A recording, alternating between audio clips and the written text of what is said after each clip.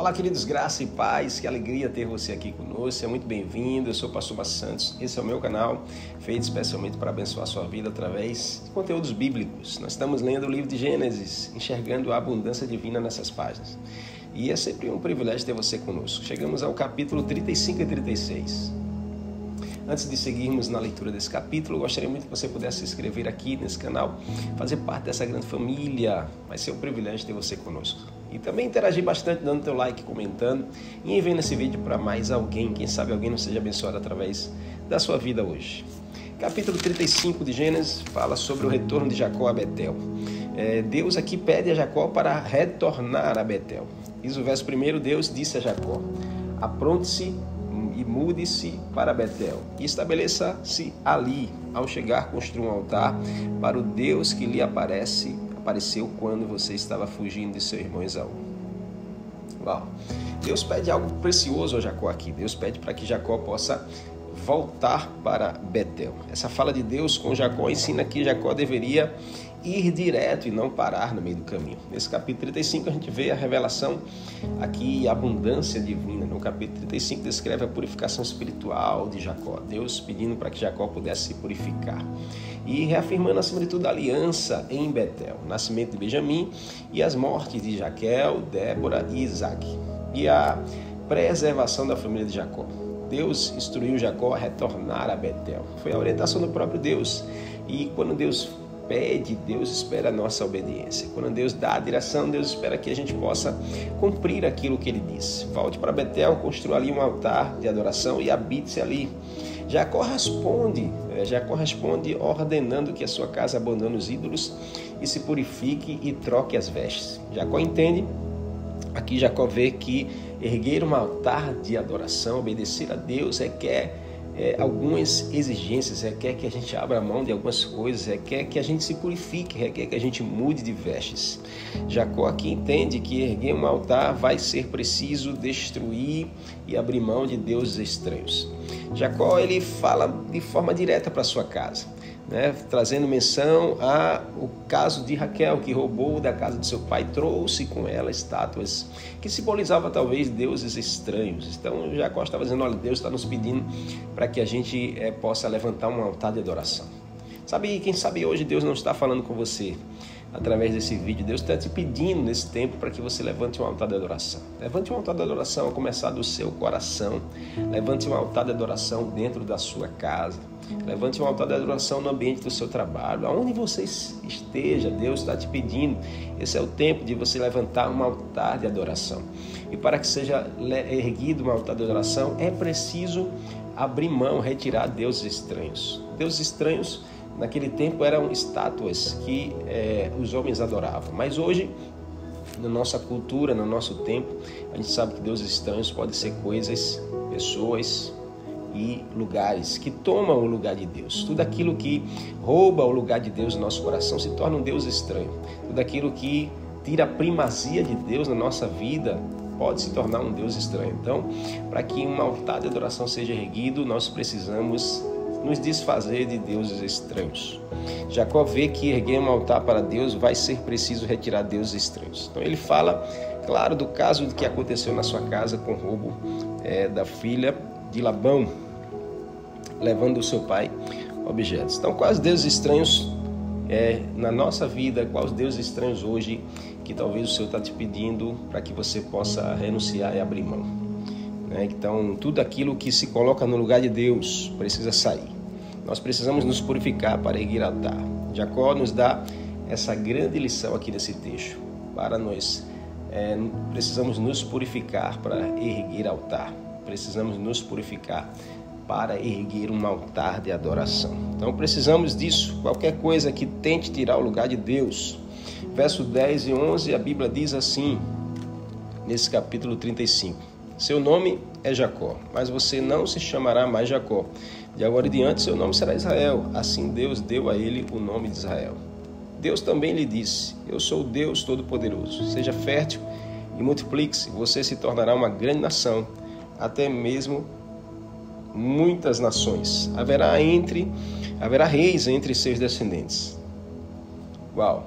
Deus estava aqui ampliando a promessa. Deus já tinha dito essa promessa desde Abraão, do avô, né, de Jacó, mas Deus estava aqui também reafirmando aquilo que ele já tinha dito a Jacó, que mudaria o nome, mudaria a identidade, mudaria a essência. Deus estava aqui reafirmando a direção e aumentando a promessa. Esse é o Deus que nós servimos, um Deus abundante, que reafirma aquilo que ele promete e amplia a promessa. Deus, ele deseja ampliar a promessa na sua vida. Deus deseja construir algo ainda maior daquilo que você pode imaginar. Deus estava dizendo, olha, a promessa era, eu farei grandes nações de Abraão, mas quando chegou em você, Jacó ou Israel, agora vai sair reis também. Não é só muitas nações, mas também vai ser levantado reis. E a gente vê mais tarde a história dos reis sendo surgidas, né? A gente vê Deus aqui ampliando a promessa.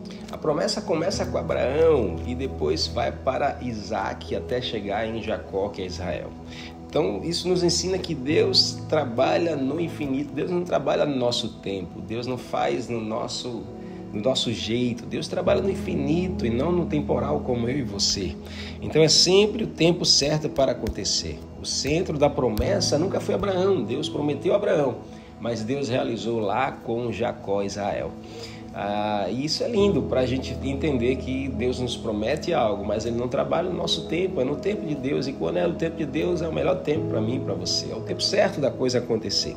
Aqui também a morte, fala da morte, nesse capítulo fala sobre a morte de Raquel no parto, né? E também fala da morte de Isaac, 180 anos. E aí os filhos se unem para sepultar o seu pai.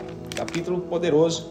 E aí a gente passa para o capítulo agora 36, que apresenta a genealogia de Esaú, um capítulo mais simples, também um capítulo mais difícil de ser lido, porque fala da genealogia, fala das gerações, e tudo descrevendo a descendência, as riquezas, estabelecendo os Edonitas, que veio de Esaú, né? O povo Edom, Esaú conhecido como Edom, e aí faz nascer os Edonitas. Embora Esaú não seja o herdeiro da aliança, a abundância divina é revelada na graça e nas bênçãos concedidas a ele também. Esaú prospera, assim como Jacó.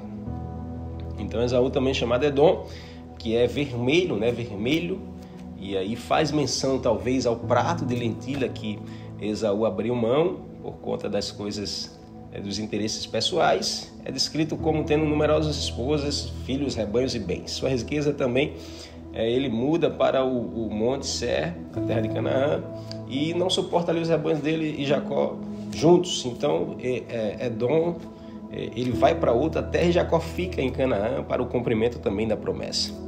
Então a separação de Esaú e Israel, de Jacó, para o cumprimento da promessa de Deus também.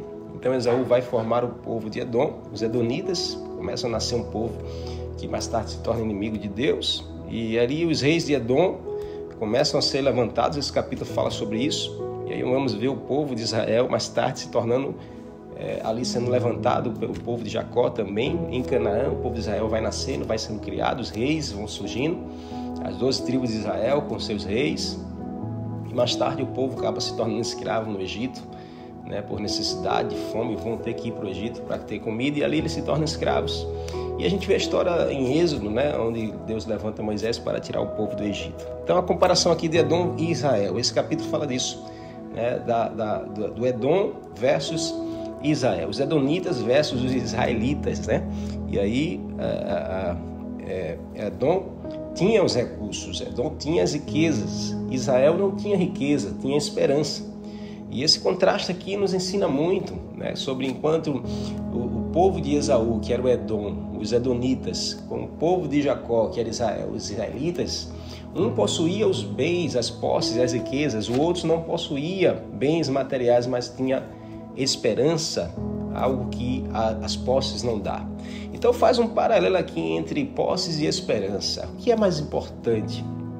Num mundo como esse, as pessoas têm se entrado em níveis de ansiedade, preocupação, de depressão, porque não tem posses. A sua vida é uma vida de comparação e percebe que não tem aquilo que gostariam de ter.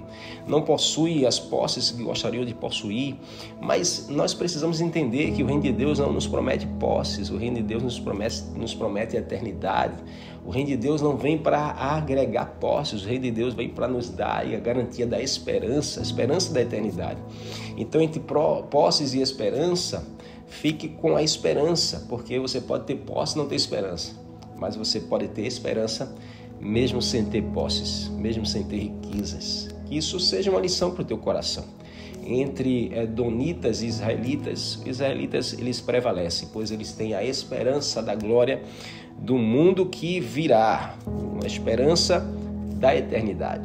Então que a gente possa guardar essa lição no nosso coração preciosa. Esse capítulo 36 nos ensina exatamente essa essência.